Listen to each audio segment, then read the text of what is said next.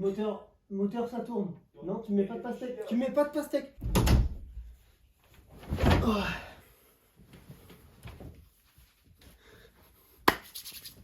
Comment qu'ils vont?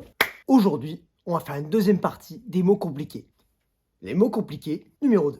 On commence directement avec le bottom feeder. Bottom feeder.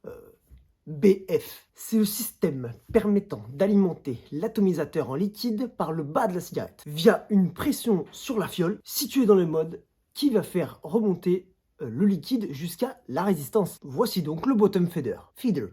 Passons maintenant au deuxième mot compliqué de la journée, le bypass. Le bypass est un mode où la cigarette électronique délivre le maximum de la puissance de sa batterie ou de son accu ou de ses accus, réservé aux vapoteurs experts, comme moi.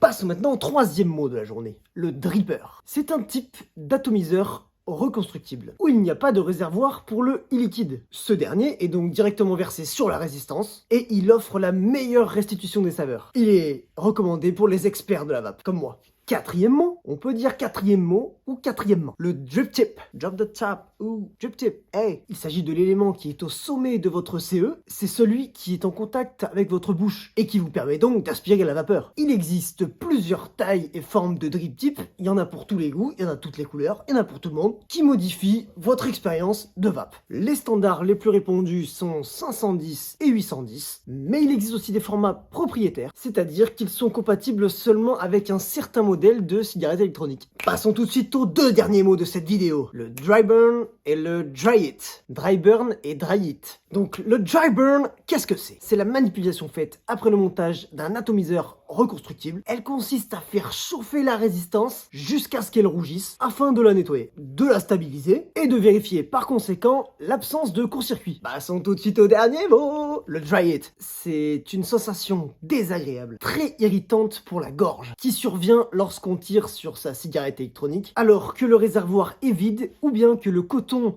de la résistance est trop sec. C'était tout pour moi pour les mots compliqués. Allez, ciao!